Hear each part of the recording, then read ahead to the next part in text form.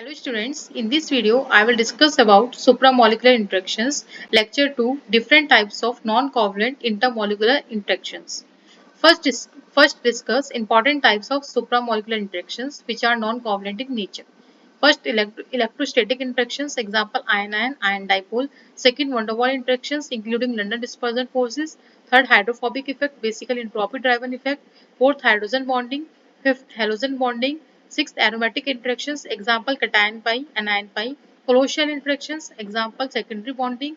Last, metal ligand coordination treated as ion dipole or ion-ion electrostatic interaction.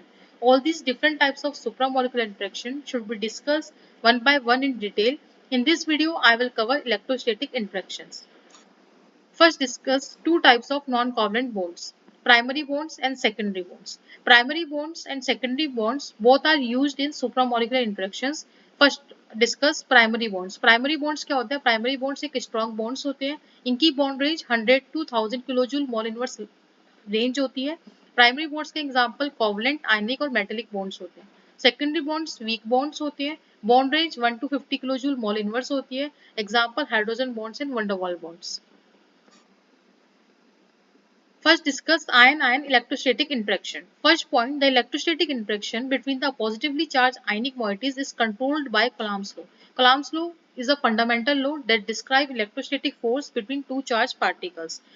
First figure में अगर मैं explain करूं तो CO2 negative and Ca di positive, one species के अंदर two charges present है, एक पॉजिटिव और एक नेगेटिव, CO2 नेगेटिव और Ca डाई पॉजिटिव. एक ही स्पीशीज के अंदर टू पार्ट्स प्रेजेंट होना, एक पॉजिटिव और नेगेटिव, उसी को हम मोइटीज बोलते हैं. तो यहाँ पर आयनिक मोइटीज बोल दिए क्योंकि एक पॉजिटिव और एक नेगेटिव चार्ज क्या है यहाँ पे प्रेजेंट है. तो आयन और आयन के बीच में क्या इलेक्ट्रोस्टैटिक इंट्रैक्शन हो रहा है. ये CO2 नेगेटिव और Ca डाई पॉजिटिव के बीच में क्या होता है, एक इंट्रैक्शन होता है, इलेक्ट्रोस्टैटिक इंट्रैक्शन, जो कि कंट्रोल करता है Coulomb's law. Similar example N positive और X नेगेटिव के बीच में भी इंट्रैक्शन हो रहा है, NH3 पॉजिटिव और CO2 नेगेटिव के बीच में भी इलेक्ट्रोस्टैटिक इंट्रैक्शन हो रहा है. Next point, electrostatic interaction energy is given by capital E is equals to Q1 Q2 divided by dr, where d is the dielectric constant of the medium. d क्या है, dielectric constant of the medium का. r क्या है, distance between interacting centres. Q1 Q2 charges होते हैं of interacting moieties. Next point, D is the characteristics feature of the medium. D dielectric constant जो कि important role play करता है characteristics feature of the medium का. D की जो value होती है नॉन पोलर हाइड्रोफोबिक मीडियम के लिए 2 से 4 लाई करती है. वाटर के लिए सबसे हाई होती है 80 होती है, और एयर के लिए 1 होती है D की वैल्यू डाइलेक्ट्रिक कांस्टेंट की. Next point, electrostatic attractive forces in the non polar hydrophobic media is higher than that in water. Electrostatic attractive force non polar के केस में हायर होती है देन वाटर से. इसके दो फर्स्ट रीजन ये है कि डाइलेक्ट्रिक जो कांस्टेंट होता है और अट्रैक्टिव फोर्स जो होता है, इनके बीच का जो रिलेशन होता है वो इनवर्सली प्रोपोर्शनल होता है.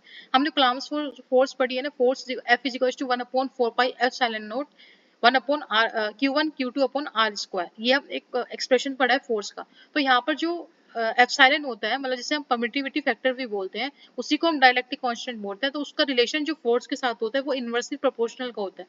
तो वाटर के केस में डाइलेक्ट्रिक कांस्टेंट बहुत ज्यादा होता है, तो वहां पर फोर्स क्या होगी, कम होगी. इसका रीजन ये भी है क्योंकि जो चार्जेस होते हैं वो शील्डेड करते हैं बाय किसी वाटर मॉलिक्यूल्स को. तो वहां पर जो हमें अट्रैक्शन देखने को मिलता है वो क्या होता है, बहुत वीकर होता है वाटर के केस में as compare to non polar. Non polar के केस में डी की वैल्यू जो होती है बहुत कम होती है, तो वहां पर इलेक्ट्रोस्टैटिक जो फोर्स होगी वो ज्यादा होगी क्योंकि इन दोनों का रिलेशन इनवर्स होता है, इनवर्सली प्रोपोर्शनल होता है.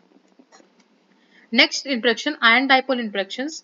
First point, the negative ends of the dipoles are oriented towards the cations, while the positive ends of the dipoles are projected towards the anion. Cations positively charged species, anions negatively charged species.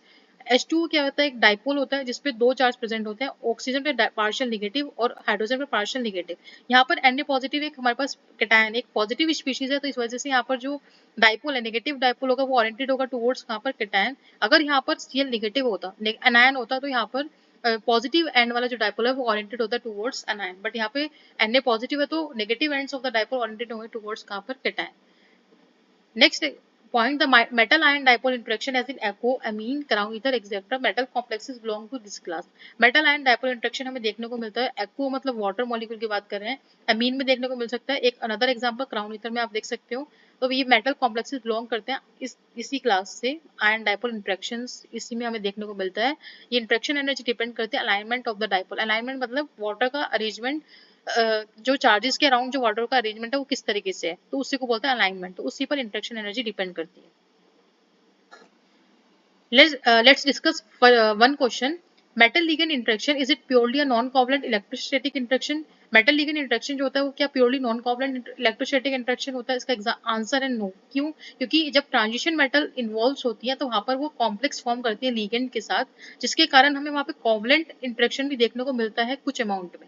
Iron positive क्या है, transition metal है, ये एक complex form कर रही है ligand. Ligand क्या, बाइपेरिडीन एक लिगेंड है, उसके साथ एक कॉम्प्लेक्स फॉर्म करती है जहां पर हमें नॉन कोवलेंट मतलब हमें कोवलेंट इंटरेक्शन देखने को मिलता है। तो हम ये नहीं बोल सकते कि जो मेटल लिगेंड इंटरेक्शन है वो purely non covalent. Next interaction, dipole-dipole interaction. This is also called Kisome forces. The dipoles with their opposite ends tends to be oriented for the better electrostatic interaction, but thermal agitation may tends to randomize their orientations. Dipole मतलब हम dipole को इस तरीके से adjust करेंगे, opposite and से adjust मतलब opposite रखने की कोशिश करेंगे कि जिससे वहां पर इलेक्ट्रोस्टैटिक जो इंटरेक्शन है वो बहुत बेटर हो, डाइपोल डाइपोल का इंटरेक्शन बहुत अच्छा हो। अगर हम उनके अपोजिट एंड से उन्हें ओरिएंटेड करते हैं एक दूसरे की तरफ, जैसे यहाँ पे दो डाइपोल्स हैं, एफ नेगेटिव और एच पॉजिटिव, तो आप अपोजिट एंड से आप इनको ओरिएंटेड करेंगे तो उतना ही अच्छा वहाँ पे क्या होगा, इलेक्ट्रोस्टैटिक इंटरेक्शन हमें देखने को मिलेगा। थर्मल एगिटेशन मींस क्या होता है कि जब हम टेम्परेचर इंक्रीज करते हैं तो जो माइक्रोस्कोपिक पार्टिकल्स आयन जो उनका मूवमेंट होता है वो रेंडमाइज होता है, वो कहीं भी ओरिएंटेड हो जाते हैं। Next and last force, dipole induced dipole interaction. This is also called distortion effect or Debye forces. First point, the electrical field of a permanent dipole can induce a dipole movement in an adjacent molecule which may be polar or non-polar. Electrical permanent dipole means इसको already charge separation present है। Water molecule क्या हमारे पास एक permanent dipole है, induce कर रहा है dipole movement adjacent. Adjacent जो मॉलिक्यूल है जैसे क्रिप्टन है, ये हमारा क्या नॉन पोलर है, ये विदाउट एनी पोलराइजेशन है, यहाँ पर क्या है कोई पोलराइजेशन नहीं है। जैसे ही हम इसे वाटर के पास लेके आएंगे तो ये क्या करेगा, इसके इफेक्ट से क्या होगा कि क्रिप्टन पे क्या होगा, इंड्यूस होगा क्या डाइपोल या फिर पोलराइजिंग होगा डाइपोल। पोलराइजिंग मतलब कि यहाँ पर क्या होता है कि चार्ज क्या होता है सेपरेट, चार्ज सेपरेशन, चार्ज क्या होगा प्रेजेंट, इंड्यूस होगा क्या यहाँ पे चार्ज सेपरेशन, जो कि हम पोलराइजिंग बोलते हैं, मतलब कि हमारा डिस्टोर्ट हो गया, ठीक है ना, इलेक्ट्रॉन क्लाउड। ओके, तो जरूरी नहीं है कि क्रिप्टन मतलब कि हम यहाँ नॉन पोलर ही ले, हम पोलर भी ले सकते हैं, बट क्रिप्टन यहाँ नॉन पोलर है तो इस वजह से हमने बोला है। बट डाइपोल मूवमेंट जो है, जो परमानेंट डाइपोल मूवमेंट है वो इंड्यूस कर सकता है, मे बी पोलर और नॉन पोलर दोनों ही हो सकते हैं। Induced dipole can electrostatically interact with the inducing और पोलराइजिंग डाइपोल। इंड्यूस्ड डाइपोल जिसपे ऑलरेडी, जैसे क्रिप्टन को हमने, क्रिप्टन क्या है पोलराइज्ड हो गया, मतलब कि ऑलरेडी इस पे सेपरेशन ऑफ चार्ज क्या होगा, इंड्यूस हो गया, तो ये इलेक्ट्रोस्टैटिकली इंटरेक्ट कर सकता है। और अनदर जो इंड्यूसिंग ऑलरेडी जो पोलराइजिंग या फिर इंड्यूसिंग क्या है डाइपोल, मतलब ऑलरेडी उनपे चार्ज प्रेजेंट है या फिर हम बोल सकते हैं डिस्टोर्टेड है already. Second point, interaction energy is favored more for the higher dipole moment of the polarizing permanent dipole, say water, and the polarizability of the non-polar molecules, say inert gas krypton.